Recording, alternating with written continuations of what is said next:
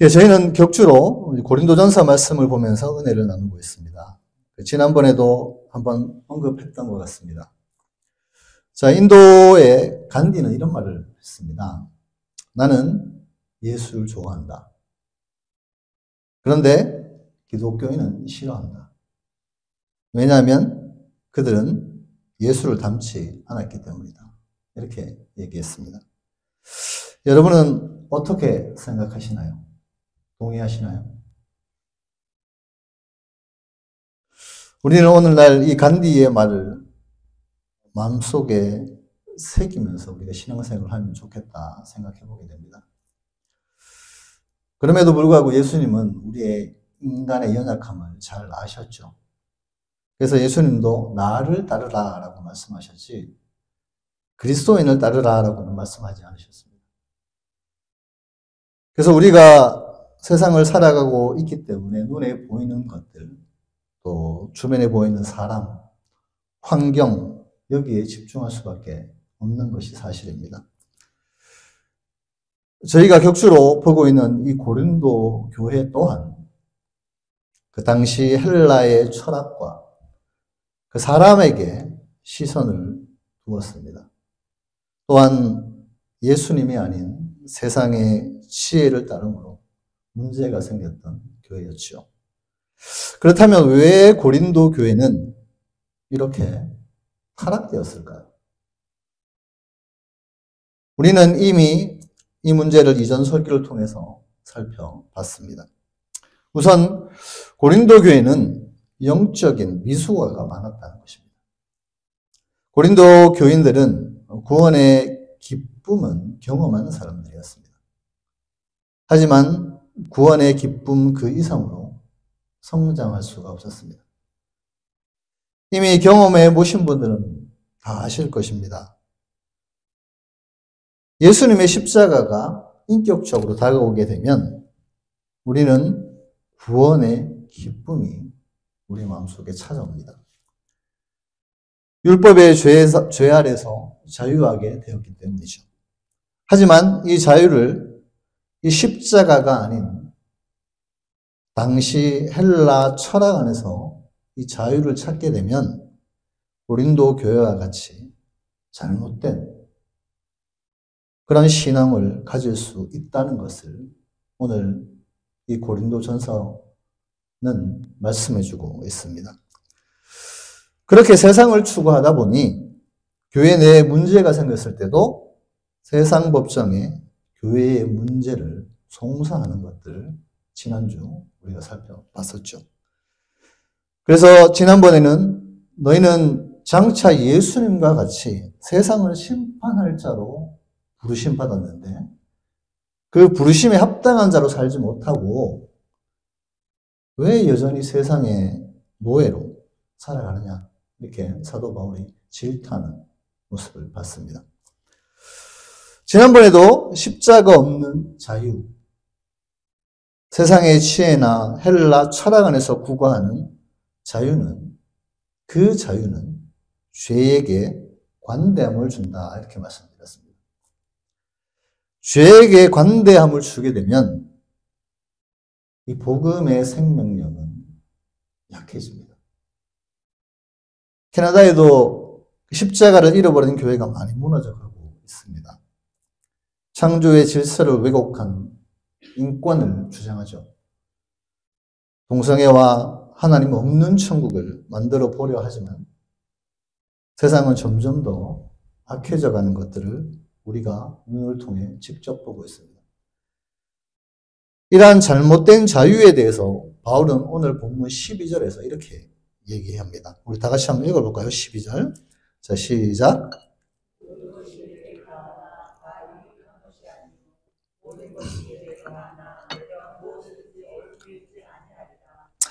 예, 말이 좀 어렵죠? 오늘 본문은 말이 조금 어렵습니다, 보면. 그래서 집중해서 들어주시면 좋겠습니다. 그래서 모든 것이 내게 가하나, 이렇게 말씀합니다. 그래서 이 말씀은 율법적인 측면에서 보면 우리는 율법 아래 매이지 않고 죄에서 자유하게 됩니다. 왜요? 예수님의 십자가 때문이죠. 따라서 모든 것이 가합니다. 그러나 도덕적인 면에서 보면 죄에서 자유하다고 해서 선과 악을 구분하는 것과 율법 자체와 또 성도로서의 세상을 살아가는 도덕적 의무마저 없어진 것은 아닙니다. 고린도 교인들이 생각한 모든 것이 내게 가하다 이라는 표현은요, 그 당시에 독특한 오늘날에도 있습니다.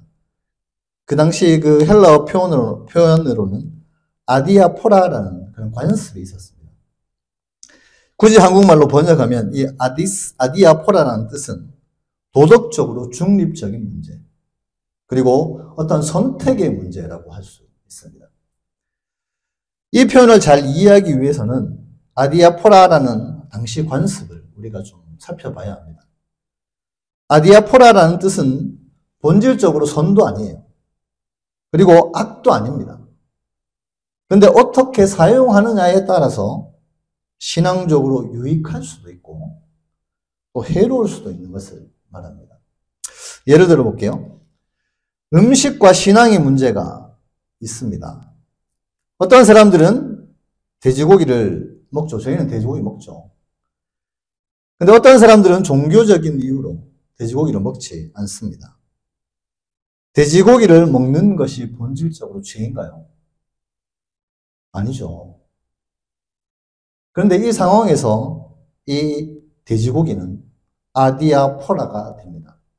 먹어도 되고 안 먹어도 도덕적으로 상관없는 도덕적으로 중립적인 것입니다. 하지만 우리가 앞에 있는 친구를 배려해서 내가 돼지고기를 먹지 않는다면 내가 그 친구를 배려하는 거잖아요. 그렇죠? 근데 나는 크리스천이니까 나 오늘 상관없이 나 돼지고기 먹을 거야. 참 이 얼마나 이 참 품격 떨어지는 크리스천인지 모릅니다. 다른 예로 한번 들어보면 음악과 신앙의 관계에서도 볼 수가 있겠죠. 어떤 사람들은 CCM, 기독교 음악만 듣는 사람이 있다고 가정을 합시다. 또 어떤 사람들은 또 세속 음악만 즐겨 듣는 사람이 있다고 가정해 봅시다. 세상 음악 듣는 것이 죄인가요? 아닙니다. 이때 세속 음악 자체는 아디아포라가 됩니다. 세속 음악 가사가 근데 너무 폭력적이고 또 우리의 심신에 부정적인 영향을 주게 된다면 신앙적으로 좀 깊이 생각해 봐야겠죠. 술과 신앙의 관계도 마찬가지입니다. 성경에서 술을 마시는 것이 절대적으로 금지된 것은 아닙니다. 지난번 말씀드렸듯이 구원과는 아무런 관련이 없습니다. 이때 술을 마시는 것 자체는 아디아포라가 될 수 있습니다. 근데 이 술을 너무 많이 마셔서 취하면 죄로 발전될 가능성이 아주 높죠. 알코올 중독자에게는 술이 마약과 같은 것입니다. 그래서 바울은 모든 것이 허용된다. 모든 것이 가하다. 모든 것이 허용되지만 다 유익한 건 아니다. 이 말을 오늘 본문에서 얘기하고 있는 것입니다. 이처럼 아디아포라는 도덕적으로 반드시 선하다거나 악하다고는 할 수 없는 어떤 중립적인 문제를 얘기하는 것입니다. 사도 바울이 여기서 더욱 집중하는 것이 이 아디아포라가 타인에게 유익한가, 유익하지 않은가를 더욱 고민해야 한다는 겁니다. 특히 이러한 아디아포라와 같은 일이 생겼을 때 바울은 다른 사람들에게 덕이 되어야 함을 말씀하고 있습니다. 이후에 다루어질 나중에 더 나가게 되면 다루어지겠는데 제사를 지낸 음식의 문제, 이것도 아디아포라가 될 수 있습니다. 또 성만찬에 관한 문제, 15장에 가면 어떤 성령 안에서 질서에 관한 문제들을 다룹니다. 이런 문제들을 늘 다룰 때 바울의 입장은 바울은 늘 타인에게 덕이 되는지를 먼저 우리에게 물어본다는 것입니다. 특히 구약의 약자를 보호하는 법을 기준으로 해서 또 약자인 초신자들에게 덕을 끼치지 못한다면, 예를 들어 봅시다. 제사 지낼 음식 먹어도 되고 안 먹어도 되고 아무 상관이 없습니다. 우리 믿음 있는 사람들은. 그런데 내 주변에 이 제사 문제로 인해서 이걸 먹음으로 해서 시험 드는 사람이 있다면 사도 바울은 뭐라고 얘기해요? 나는 이 음식 절대 먹지 않겠다. 사람에게 덕이 안 된다는 겁니다. 그래서 사람에게 덕이 될 수 있는 그러한 약자들을 기준으로 어떤 덕을 끼치는지 끼치지 않는지에 대한 부분을 두고 어떤 바르다, 바르지 않다를 이렇게 얘기한다는 것이죠. 이렇듯 우리에게 십자가의 자유는 모든 것이 가합니다. 제사 지낼 음식도 상관없어요. 근데 모든 것이 그렇다고 다 유익한 게 아니다. 이렇게 말씀하고 있는 것입니다. 이렇게 자유에 대한 이런 해석들을 잘못하게 되면 이 고린도 사람들처럼 우리가 세속화될 수가 있습니다. 그래서 고린도 교회에 사는 남자들은 그 창녀들과 관계를 맺는 것을 건강한 젊은 남성이라는 것을 이렇게 자랑하는 그런 지경에까지 이르게 됩니다. 지금 들으면 참 웃기죠. 그래서 문화라는 것이 정말 무섭습니다. 예, 한국 목사님들에게 제가 캐나다에서 일어나는 동성애에 대한 사건들을, 이슈들을 제가 얘기하면 한국 목사님들이 저보고 그럽니다. 그런 일이 진짜 있냐고. 진짜 있다고 제가 얘기해도 그걸 몸으로 문화적으로 아직 한국, 캐나다만큼은 심각하지 않기 때문에 그런 얘기들을 한다는 거예요. 그래서 이 죄의 습성이 문화로 사로잡히게 되면 죄에게 관대함을 주게 되고 나중에는 바로잡기가 너무 힘듭니다. 그런데 고린도 교인 중 일부가 이러한 사상의 영향을 받았다는 것입니다. 우리 6장 13절을 같이 한번 읽어볼까요? 자, 시작.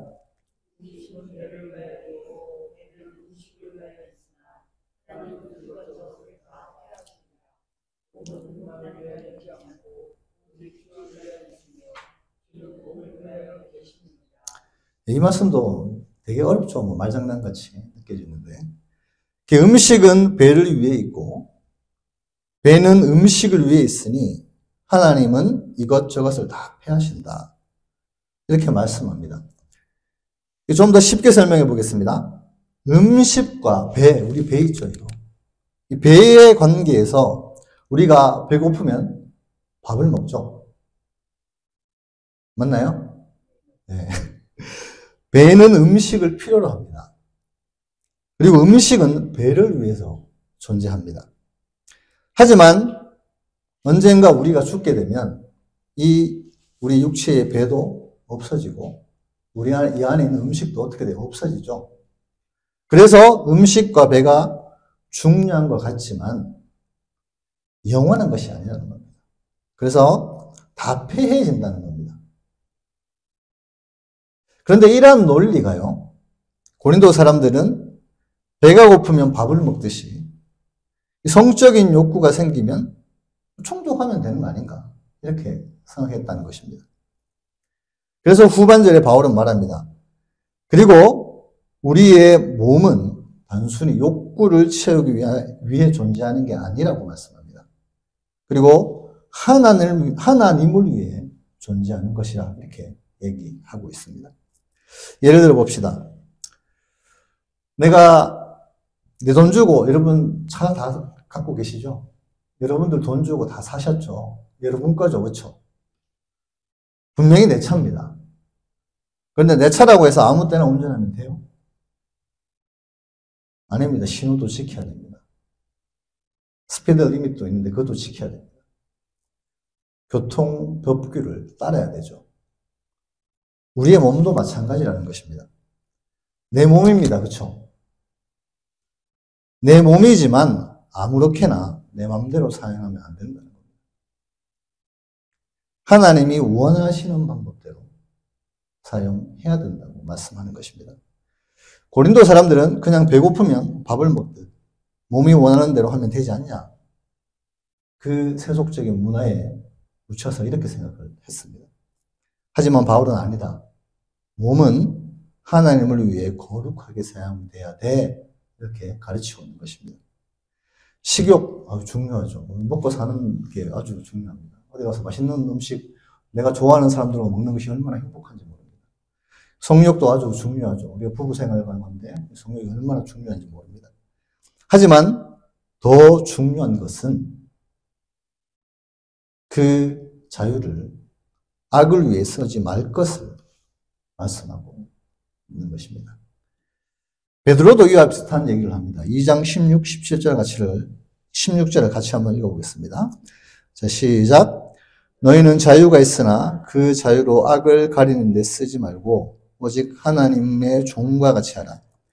무사람을 공경하며 형제를 사랑하며 하나님을 두려워하며 왕을 존대하라. 네. 너희가 자유가 있습니다. 우리 안에 분명히 하나님께 모든 것이 가하는 자유가 우리에게 있습니다.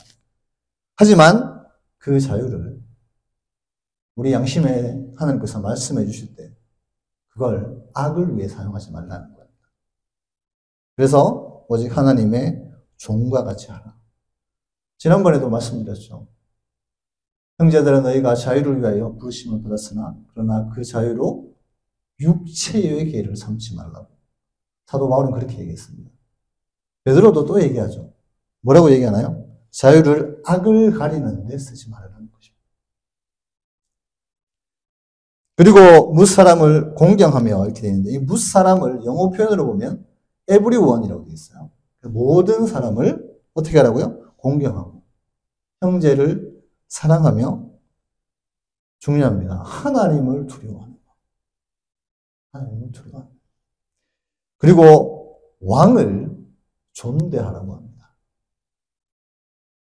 여기 총리도 뭐 왕과 굳이 비교하면 트루도가 뭐 이렇게 제가 보면 이렇게 저도 뭐 정치적인 사람은 아니지만 뭐 되어가는 상황을 보면 입장이 있지 않습니까?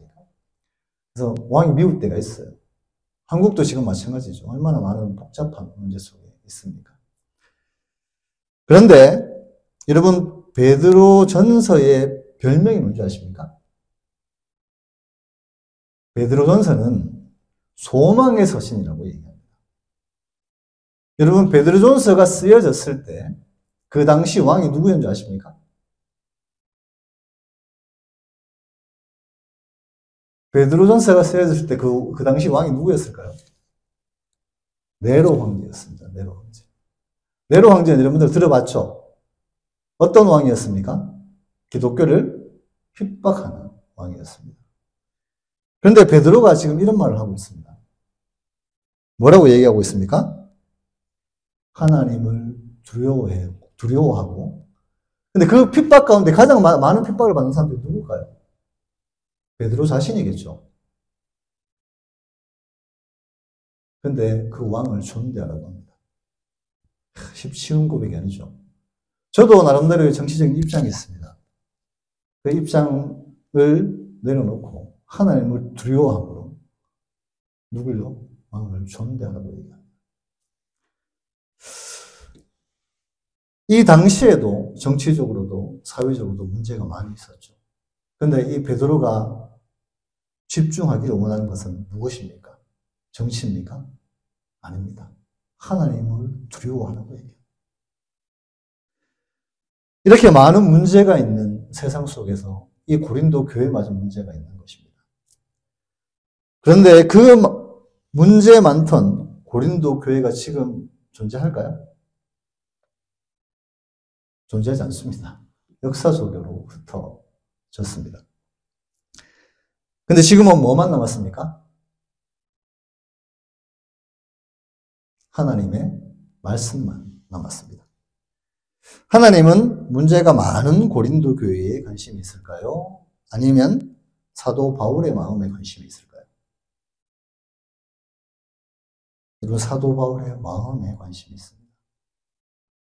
여러분, 교회도 중요합니다. 하지만 하나님은 그보다 사도 바울이 교회를 걱정하고 교인을 걱정하는 그 마음에 더 관심을 두고 있다는 것입니다. 교회와 같은 건물은 없어질 수 있습니다. 고린도 교회가 없어졌듯이. 하지만 무엇은 남아있습니까? 사도 바울의 마음, 그 하나님의 마음은 여전히 남아있습니다. 이 말씀은요, 과거에도 있었고요, 지금도 있고, 앞으로도 여러분의 다음 세대에도 이 하나님의 마음은 없어지지 않는다는 것입니다. 왜요? 이사야를 통해서 분명히 말씀해 주셨거든요. 세월이 지나고 꽃은 시들고 풀은 마르나 주의 말씀은 영원한다. 여러분 다 천국 갈 거죠? 천국 안 가시나요? 네, 여러분 다 천국 가실 겁니다. 하나님 앞에 서실 겁니다.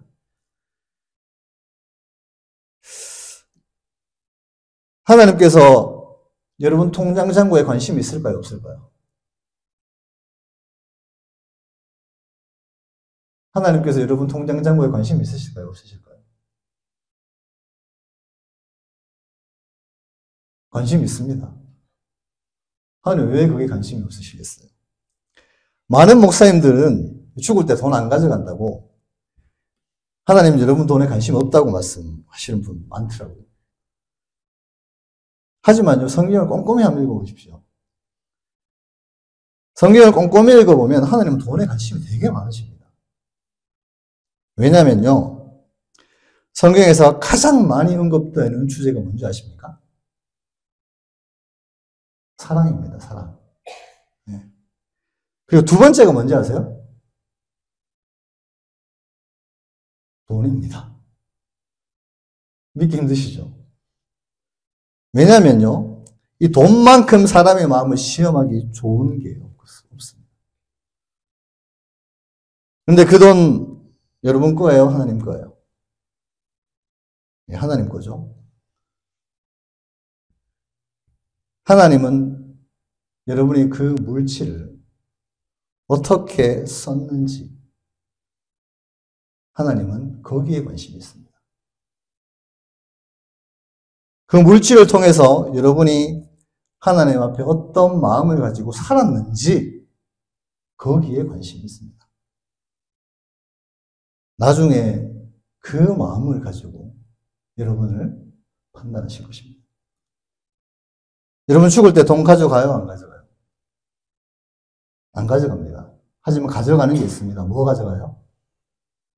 여러분이 그 돈을 어떻게 썼는지 그 마음은 가져갑니다. 여러분 캐나다에 문을 닫는 교회들이 많습니다. 제가 하나 질문하겠습니다. 캐나다에서 감리교회 보신 분 계십니까? 감리교회 보신 분? 캐나다에는 왜 감리교회가 없죠?